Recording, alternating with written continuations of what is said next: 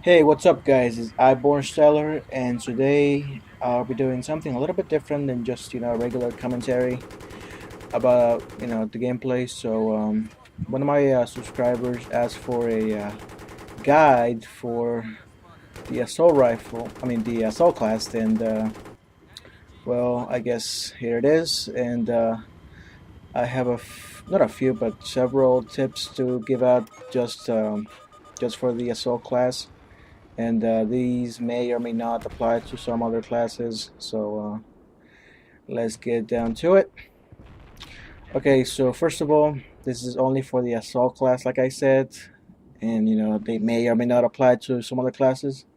And the first thing is revive teammates at all costs, and not always at all costs. There are situations where you may or may not be able to revive a teammate, and it might be better if you don't revive him, because if it means that you are going to die because of you trying to revive your teammate, then it's not really worth it. Because if you die and then the guy you just revived gets killed again, then that means you just lost two tickets instead of just the one. So and that's that's not a good thing.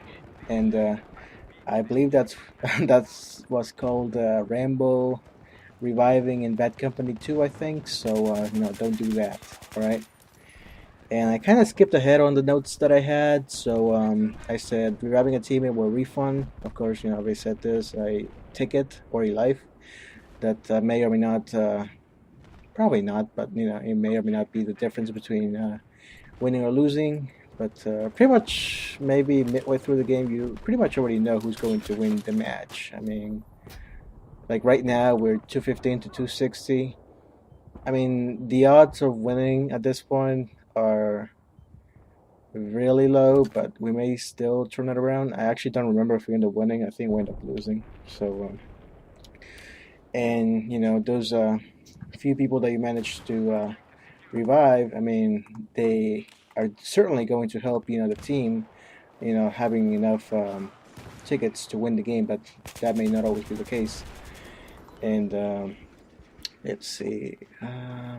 And yeah, I pretty much already talked about my first point of reviving your teammates, unless it means you're going to die. So don't do that. Don't do a rainbow revive, because that's not really going to help your team at all. So, and the next point that I have to make about the assault class is healing teammates, and of course healing them and healing yourself. So when you're in a firefight and you are able to just get out of the action for a second, you always have to throw down a health pack, even if you're not in any danger yet, if you haven't gotten shot yet, because you probably will. So to I guess anticipate the incoming fire, you always gotta have a med pack next to you. So just in case somebody starts shooting at you from wherever direction, you have something that'll start healing you, right away. So let's see. I said the medpack is a powerful tool that, when used well, can make you live longer than you would otherwise. So if you're playing an engineer, you have to wait. What is it, like 20 seconds, I think, or so, to heal yourself up with the health regeneration. But if you're a medic, or an assault class, you can just revive yourself right away. Don't have to wait for the health regeneration to kick in. Right there, the uh, camping guy just completely killed me. But anyway, um, and let's see, whatever else could I say? Use it whenever under fire if you can deploy one and be behind cover, like I said. So if you are getting shot at all of a sudden, try to find some cover and throw down a med pack so you can start healing up. And let's see, and of course you gotta throw a few of those next to teammates that may need them. And of course like I said, so they can revive. I mean, they could be healing, they could be healed quicker than to wait for the health regeneration, which I think is around 20 seconds. Like I said, it may be longer than that. I mean, it seems like forever when you're in the game and waiting for that thing to kick in when you're a something else that it's automatic. So And moving on to my next step, which is choosing the right weapon.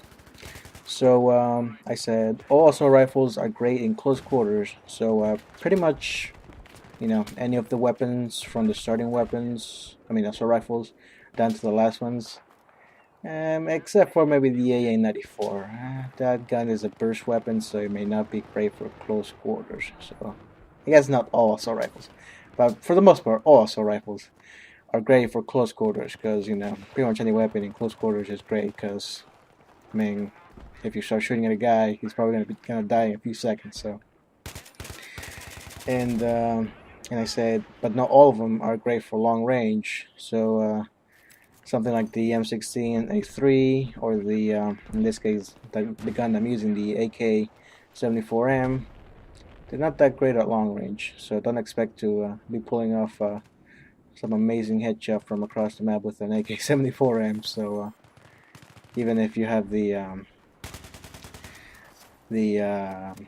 what is it, the ballistic scope, I think. So I don't even know why that's included for these weapons. Like I don't know who would use a sniper scope on an assault rifle. That just makes no sense at all. And I'm right there. I just get really lucky.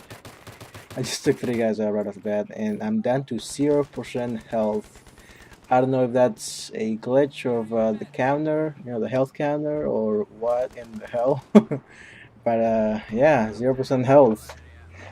I'm not sure how that works. And but anyway, back to what I was talking about. And let's see, not all assault rifles are great for long range. Yep, but some of them are, such as the AK-971 and the F2000. Even though I haven't unlocked the F2000, if it's anything like the F2000 from the beta, then that weapon and the AK-971, they're just great for long range. So if you happen to be in a map like this one in Karg Island or Caspian border, where there's going to be long lines of sights, then you may need to switch out to a weapon that can let you engage people from far away. And I'll talk about the setups of which sight to use in a little bit. But those two in particular are really good at long range if used in the single shot, and I guess burst mode if they're kind of closer. I don't really use burst mode all that much. I find it to be kind of useless. But anyway, and let's see. Moving on to my next tip in the right type of weapon to use. Using a shotgun might be a great idea for a infantry focused map like Zine Crossing or Grand Bazaar, but it'd be a terrible idea for, say, this map, Karg Island or Caspian Border. So using a shotgun in those 2 maps is just not that great of an idea. So and just a little bit ago, I got into a jet and kind of failed, but I was able to at least land somewhere that I will be put to good use, like next to an enemy flag, that was under enemy control. So if you're getting if you're about to crash in a jet because you're on fire or something, at least try to steer yourself towards a place where you might find yourself useful to your team, like right there where I landed. I was able to capture this flag pretty much all by myself. So I guess that's just a quick jet flying tip or something, or crashing tip rather. But anyway, like I was saying, using a shotgun in this map will be a big mistake unless you're using just lugs, the ammo type that makes it so the shotguns have longer range. But even then, I mean, using a shotgun here would be not the best of ideas, I think. But if you choose to use a personal defense weapon or PDWs, such as the PP2000, the UMP45, the PDW, and the P90, I think those are all the PDWs are in the game. They are great weapons up close and personal, but not so much for long range. So once again, not sure if it would be the best idea to use them in this map, but I guess it would be better than the shotguns. So you know, you could use them and be successful if you stick around crowded areas where there aren't, long lines of sight, where you will be pretty, I don't want to say useless, but kind of useless against people that are using uh, weapons that can, engage you from farther away. So, and let's see, that's all I got as far as primary weapons. And for secondary weapons, I like to use the MP443 tactical. I really like that weapon. One, because it has a very big clip.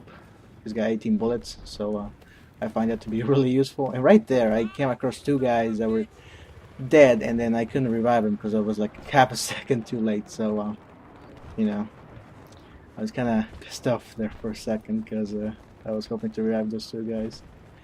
And yeah, kind of couldn't do it. So, like I was saying, the MP443 Tactical is a really good weapon. One, because of the clip, and two, I find it to be really reliable. Like, it pretty much always finds its target, even from, when you're firing from the hip. Like, whenever I run out of bullets, I like to just fire from the hip, and it usually kills the guy right away. Usually, not always. And of course, since it's the tactical version, it has the flashlight. So if the enemy is really close to you, you may blind them, and that might give you the half second of the ability to actually kill him before he kills you. So it's in my opinion, it's the best pistol. I mean, I haven't gotten to use the what the hell is that one? The Rex. I forgot the actual like MP whatever it is. I think 432 maybe. I'm not even sure, but that weapon might be better. I'm not sure. Or the .44 Magnum. I haven't gotten that one either, so it might be better. So, but for now, the MP443 I like the best. And that's it for you guys. This is gonna be part one of two. I'll be doing gadgets and setups for the next video, so look for that.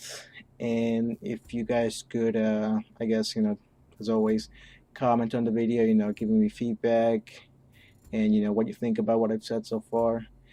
And of course, rate the video, thumbs up, thumbs down, and subscribe to my channel, of course, because I got tons of videos, if you haven't checked them out yet. So I guess I'll see you guys later. Goodbye.